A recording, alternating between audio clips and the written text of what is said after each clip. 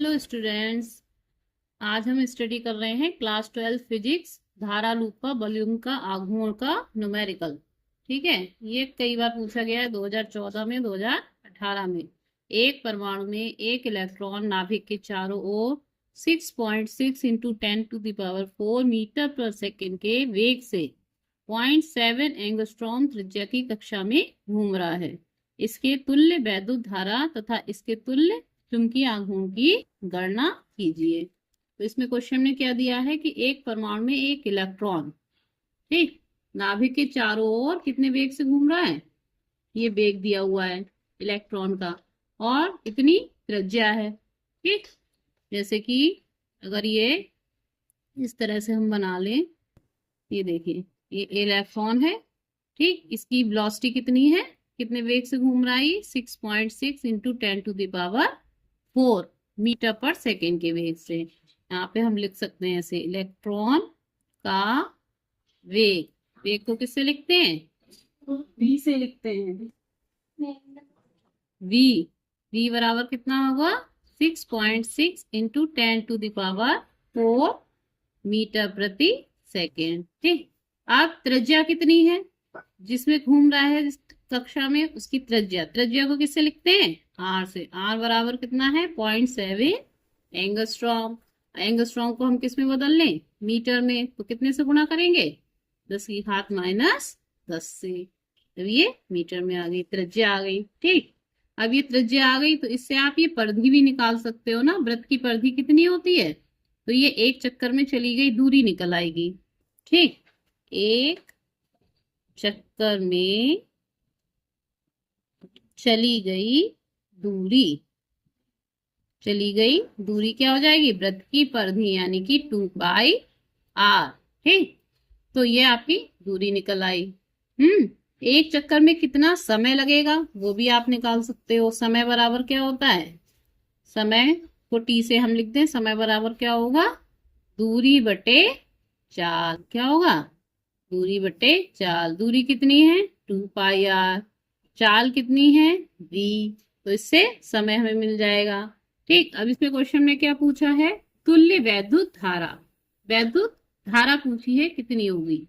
ठीक है, और क्या पूछा है, चुंबकीय आघूर्ण, चुंबकीय आघूर्ण पूछा है। ठीक है, तो देखिए विद्युत धारा का फॉर्मूला क्या होता है, विद्युत धारा I, विद्युत धारा को किससे लिखते हैं, I बराबर होगा NE।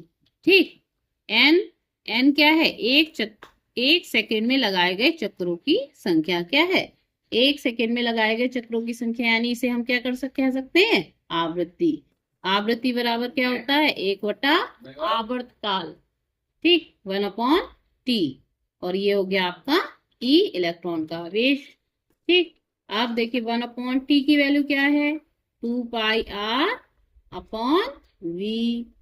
और ये आवेश कितना है, E, तो v ऊपर आ जाएगा, ये आपका हो जाएगा v/2πr इंटू E। ठीक, अब सारी वैल्यूज जो है इसमें हम रख देंगे। v की वैल्यू कितनी दी है, 6.6 इंटू 10⁴।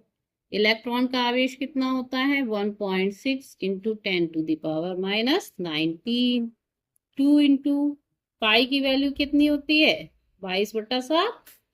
और r त्रिज्या कितनी दी है, 0.7 इंटू 10⁻10।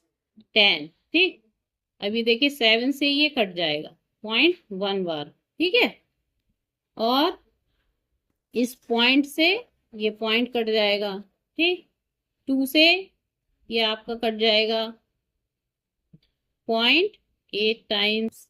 ठीक, 22 से ये कट जाएगा 3 टाइम्स। ठीक है, अब ये आपका ऊपर क्या रह गया, 3 रह गया, और यहाँ रह गया 0.8 इंटू 10⁻19, और ये प्लस का 4, और बटे में कितना रह गया है, बटे में आपका रह गया खाली 10⁻10। ठीक, तो ये आपका कितना हो जाएगा, 8×3 = 24, 2.4 इंटू 10⁻, ये कितना रह जाएगा, माइनस का 15, 19 में से 4 गया 15, तो ये -10 ऊपर आके क्या हो जाएगा, प्लस का 10।